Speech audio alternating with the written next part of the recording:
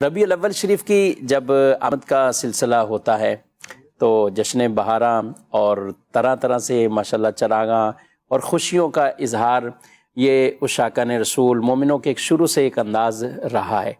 وہاں کچھ ایسی باتیں بھی بیچ میں لوگ میسیجز کے ذریعے پھیلانے کی کوشش بھی کرتے ہیں اور کسی نہ کسی طرح سوالات قائم کیے جاتے ہیں۔ ان میں ایک سوال یہ بھی ہوتا ہے کہ 12 ربیع الاول تو حضور صلی اللہ علیہ وسلم کی ولادت نہیں ہے۔ پھر اس سے عام لوگ بڑے پریشان بھی ہوتے ہیں، کنفیوز بھی ہوتے ہیں کہ یہ کیا ہوا، ہم تو برسوں سے 12 ربیع الاول شریف ولادت منا رہے ہیں، تو اس میں کیا اختلاف ہے یا تاریخ بیسک ہے کیا؟ بسم اللہ الرحمن الرحیم۔ نبی پاک صلی اللہ تعالی علیہ وآلہ وسلم کی ولادت کا جو دن ہے پیر شریف، اس کے بارے میں تو علماء محدثین سارے متفق ہیں کہ یہ پیر شریف ہی کا دن ہے۔ ٹھیک ہے، کیونکہ خود نبی پاک صلی اللہ علیہ وسلم سے جب سوال کیا گیا کہ آپ پیر کا روزہ کیوں رکھتے ہیں، آپ نے فرمایا کہ ولدت فیہ ولدت، میں اسی دن پیدا ہوا اور اسی دن مجھ پر وحی نازل ہوئی تو میں اس لیے اس کا روزہ رکھتا ہوں۔ تو یہ تو صحیح حدیث کے اندر واضح کیا۔ سال کے حوالے سے کہ نبی پاک صلی اللہ علیہ وسلم کا جو سن ولادت ہے، کس سال آپ دنیا میں تشریف لائے، اس کے بارے میں علماء کے کئی اقوال ہیں۔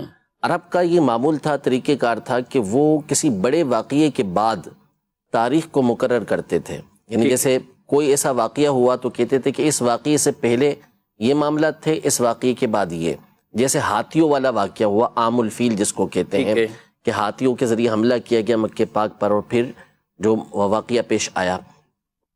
تو عام الفیل یعنی جس سال ہاتھیوں والا واقعہ ہوا تھا، نبی پاک صلی اللہ علیہ وسلم کی ولادت اس واقعے کے بعد ہوئی ہے۔ ٹھیک ہے، اب کتنے عرصے بعد ہوئی ہے اس کے بارے میں علماء کے بہت سارے قول ہیں۔ بعض نے کہا 30 سال بعد، بعض نے کہا 3 سال کے بعد، بعض نے کہا کہ 1 مہینے کے بعد، اور صحیح قول یہ کہ 55 دن کے بعد نبی پاک صلی اللہ علیہ وسلم کی ولادت ہوئی۔ اب یہ اختلاف علماء کا رہا اس میں تاریخی حوالے سے۔ مہینے کے اعتبار سے مشہور قول یہی ہے کہ 55 دن کے بعد ولادت ہوئی، اور مہینے کے اعتبار سے علماء کا اختلاف رہا۔ بعض نے کہا رجب میں ولادت ہوئی، بعض نے کہا محرم میں ہوئی، بعض نے کہا رمضان میں ہوئی، لیکن صحیح بات یہ ہے کہ نبی پاک صلی اللہ علیہ وسلم کی ولادت جو ہے وہ ربیع الاول کے مہینے میں ہوئی۔ ٹھیک ہے، اسی طرح آپ کی جو تاریخ ولادت ہے اس کے بارے میں علماء کا اختلاف رہا۔ بعض نے کہا 2 تاریخ ہے، بعض نے کہا 8 تاریخ ہے، بعض نے کہا 10 تاریخ ہے، بعض نے کہا 12 تاریخ ہے، بعض نے کہا 17 تاریخ ہے، بعض نے 19 تاریخ کا۔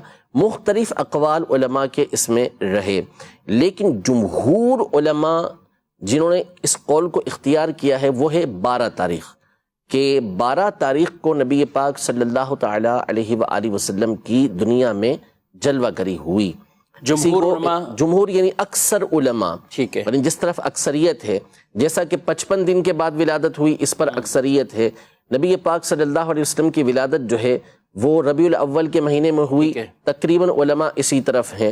اسی طرح نبی پاک صلی اللہ تعالی علیہ وسلم کی جو ولادت کی تاریخ ہے اس میں اکثریت علماء کی اسی طرف ہے کہ یہ 12 تاریخ ہے، حتیٰ کہ شیخ محقق رحمۃ اللہ تعالی علیہ اور دیگر بزرگوں نے یہ لکھا کہ اہل مکہ کا یہ معمول ہے، طریقہ کار قدیم سے یہ طریقہ ان کے یہاں چلتا ہوا آ رہا ہے کہ اسی رات کو 12ویں شب کو 12ویں تاریخ کو یہ لوگ مکہ مکرمہ میں حضرت سیدہ آمینہ رضی اللہ تعالی عنہا کے گھر پر جمع ہوتے ہیں اور وہاں ولادت کا دن مناتے ہیں، نبی پاک صلی اللہ علیہ وسلم کی آمد کا جشن مناتے ہیں۔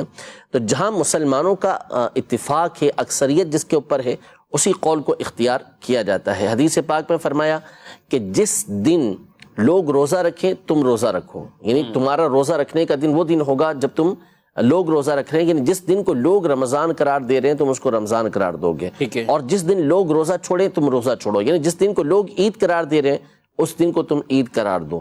تو جمہور علماء، جمہور امت جس طرف ہوتی ہے اسی بات کو اختیار کیا جاتا ہے، اور وہ تاریخ 12 ہے کہ 12 تاریخ کو نبی پاک صلی اللہ تعالی علیہ وآلہ وسلم کی ذات گرامی یہ دنیا میں تشریف لے کر آئی۔ ٹھیک ہے، دن بھی طے ہے اور تاریخوں میں بھی جو آپ نے کہا، اور پھر اس میں اکثریت علماء کے حوالے سے بھی یہ بیان کر دیا، یعنی کوئی نہ کوئی تاریخ تو اگر منع بھی کرتا ہے تو اس کے نزدیک بھی کچھ تاریخ تو ہوگی، تو یہ اس کو بیس بنا کر میلاد سے منع کرنا یہ کوئی؟ دیکھیں، بنیادی چیز یہ ہے کہ نبی پاک صلی اللہ تعالی علیہ وآلہ وسلم کی آمد کی خوشی منانا، اگر تو آپ اس سے اختلاف کرتے ہیں کہ نبی پاک صلی اللہ تعالیٰ علیہ وسلم کی آمد کی خوشی نہیں منا سکتے تو پھر اس پر گفتگو کریں.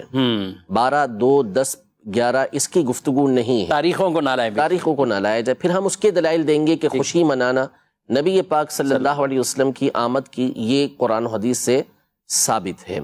اور اگر آپ کہتے ہیں کہ جی نہیں مخصوص تاریخ کے اندر ہی خوشی منانی چاہیے تو پھر ٹھیک ہے، جس تاریخ کو آپ مانتے ہیں اسی تاریخ کو آپ دھوم دھام کے ساتھ جشن ولادت منا لیا کریں.